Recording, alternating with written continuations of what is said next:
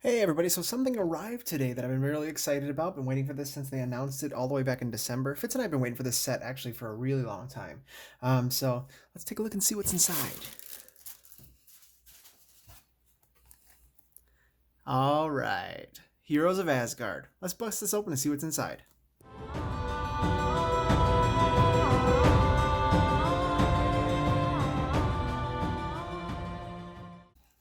I think the thing I'm most excited about for this set is the fact that there are some awesome new keywords, and the masterminds are amazing, and also the fact that we can finally do some of the Lady Thor storyline as well. Because we have Lady Thor from Secret Wars Volume 1, but now we have some of the other characters we needed as well.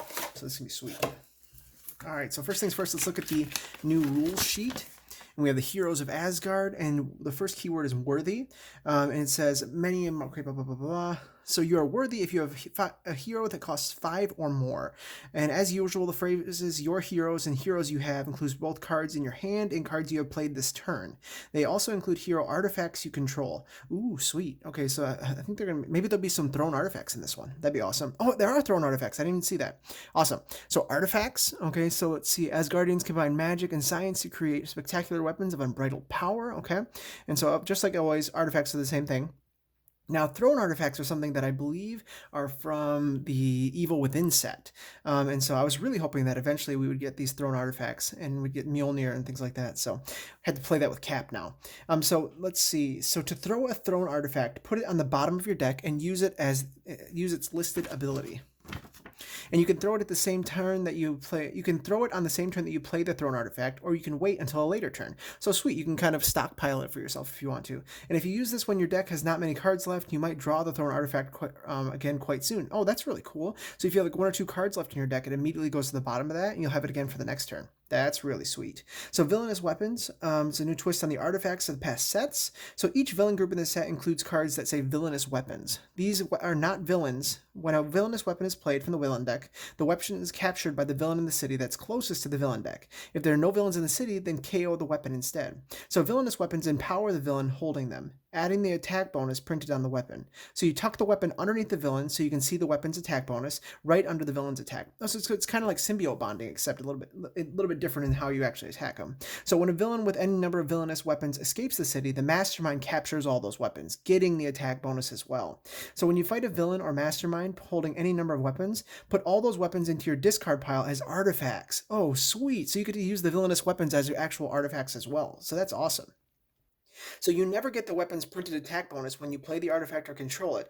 Only villains and masterminds get that attack bonus. You only get the specific artifact ability written on that card.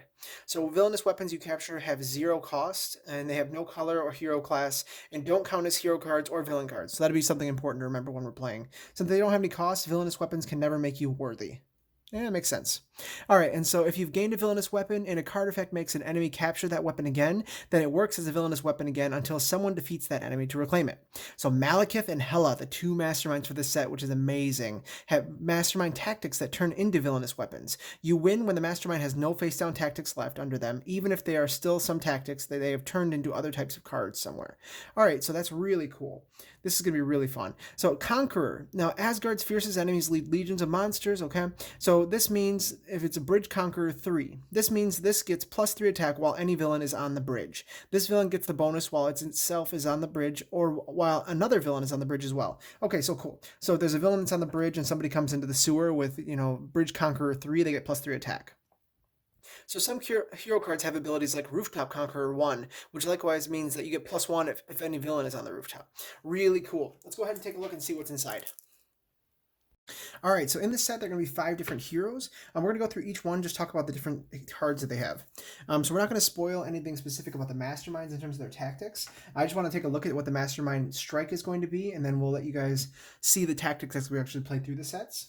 All right, so the first one we're going to go through is kind of a fan favorite one. It's going to be Beta Ray Bill, and people were really excited that this was going to be in the set. I really wish this would have been replaced with Heimdall, but that's just because I'm an MCU fan. So, all right, so it's 2 recruit, but it only costs 1. To play this, you must discard a card. Then, if you are worthy, you get to draw a card. So again, worthy means you have a card that costs 5 or more in your hand, or that you've played. Second card we have it's called Bioengineered Cyborg, and you may discard a card if you do draw a card, and it costs 5. All right, and so that's going to be the uncommon that we have, and it's 3 attack. Third is going to be a thrown artifact, and it is called Stormbreaker. Sweet. And you cannot throw Stormbreaker unless you are worthy. Thrown artifact. To throw this, you must discard a card from your hand. Then you get +2 attack for each card you discarded from your hand this turn. That is super cool. And the last one is going to be the Warship Scuttlebutt, and it's 4 attack, costs 8. You may discard a card, then count the number of cards you discarded from your hand this turn. Draw that many cards. Really awesome. All right, so next, let's go to Lady Sif. Okay. So Lady Sif says Dimensional Blade is for the first one. It's a thrown artifact. When you throw this, you get +1 attack and +1 recruit. Very cool. And then it's going to be Weapons Master, and if you control any artifacts, you get +2 attack. So this set's going to work really well with the Guardians of the Galaxy as well. And then we have Golden Apples of Idun. Is it Idun? I'm assuming. And it's Thrown Artifact. When you throw this, you get +4 attack, and you may KO a card from your hand or discard pile. Nice. Get some attack plus some deck thinning. Last one is Winged Helm, and it is a strength card, and it's Thrown Artifact. You may throw this to get +1 attack. During any player's turn, if a player gains a wound, you may throw this to prevent that wound and draw 2 cards instead. Well, that's pretty cool. So it's a good multiplayer card.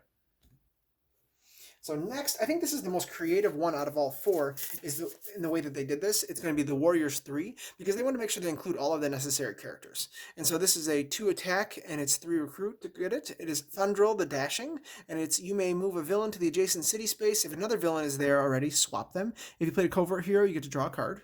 Cool.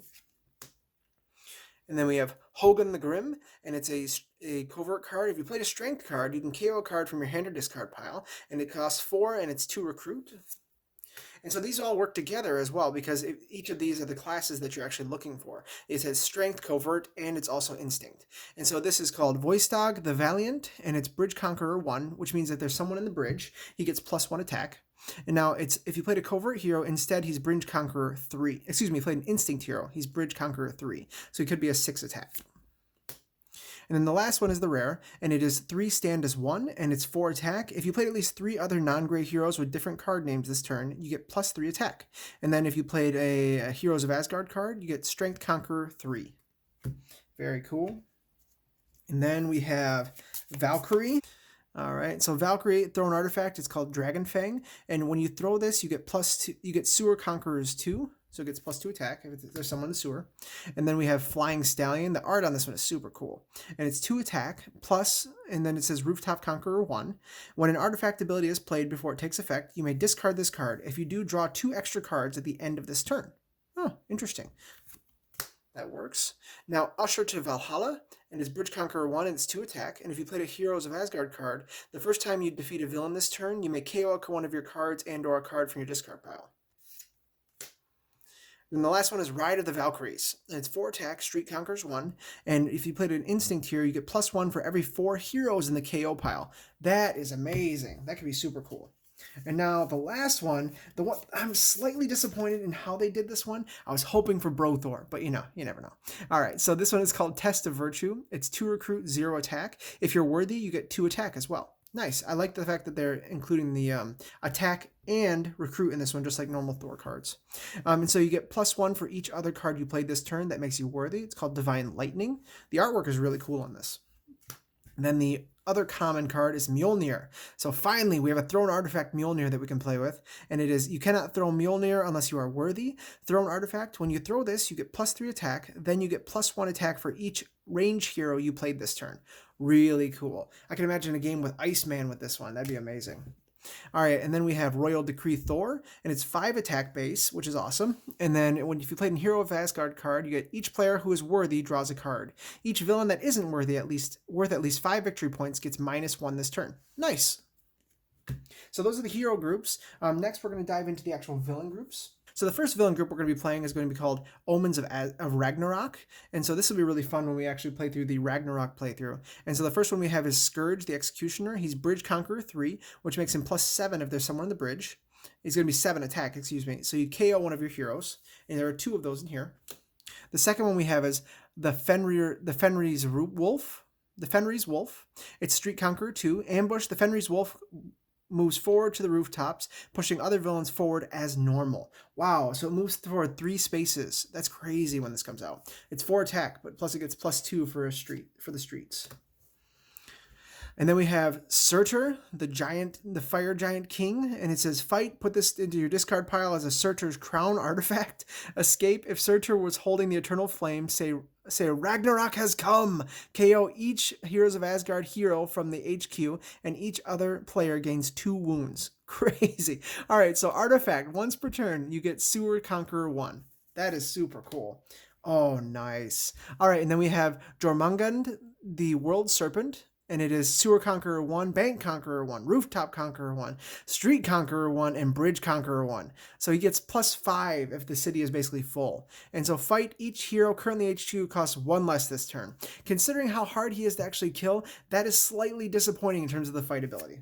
I was hoping it'd be something better. Now we have 2 villainous weapons here. It's going to be the Hell Crown, and it is villainous, like I said, villainous weapon. It's an artifact in your pile though, and once per turn you get Street Conqueror 1. And then the other one is the Eternal Flame, and it's a villainous weapon. Ambush, if Surtur's in the city, he captures the Eternal Flame. If a player controls Surtur's crown, that card enters the city as the villainous Surtur and captures the Eternal Flame. Super cool. Artifact, once per turn, return a 0-cost card from your discard pile to your hand. That is amazing. Really, really cool twist on this stuff. And then the other pile is going to be Dark Council. Okay, cool. I thought it said Dark Council at first. Dark Council. Okay, so Ulik the Troll. So Ulik gets +2 attack if you are not worthy. Fight, KO one of your heroes. And there are 2 of these. And then it is Cinder, Fire Giant Queen. And it is fight, if you're worthy, you get +2 recruit. And it's 5 attack. And then we have Lafay, Father of Loki. Cool. And ambush, Lafay captures the Casket of Eternal Winters from any villain, mastermind, player's control, or discard pile. Escape, if Lafay holds the Casket of Ancient Winters, say Fimbulwinter has come, and each player discards down to 3 cards. Nice. All right, then we have the Mangog, and it is the Mangog gets +1 attack for each villain in the victory pile of the player on your right. Escape, each player who is not worthy gains a wound. So this could be terrible late game. Then we have Yarnbjorn, First Axe of Thor. These Nordic names they're fun. So it's a villainous weapon, and it's a thrown artifact. When you throw this, you get +3 attack. Nice. So you get the thrown artifact ability, but when it's a villainous weapon, they get +3 attack.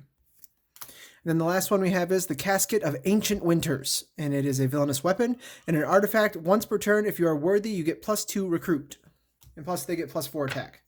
Nice.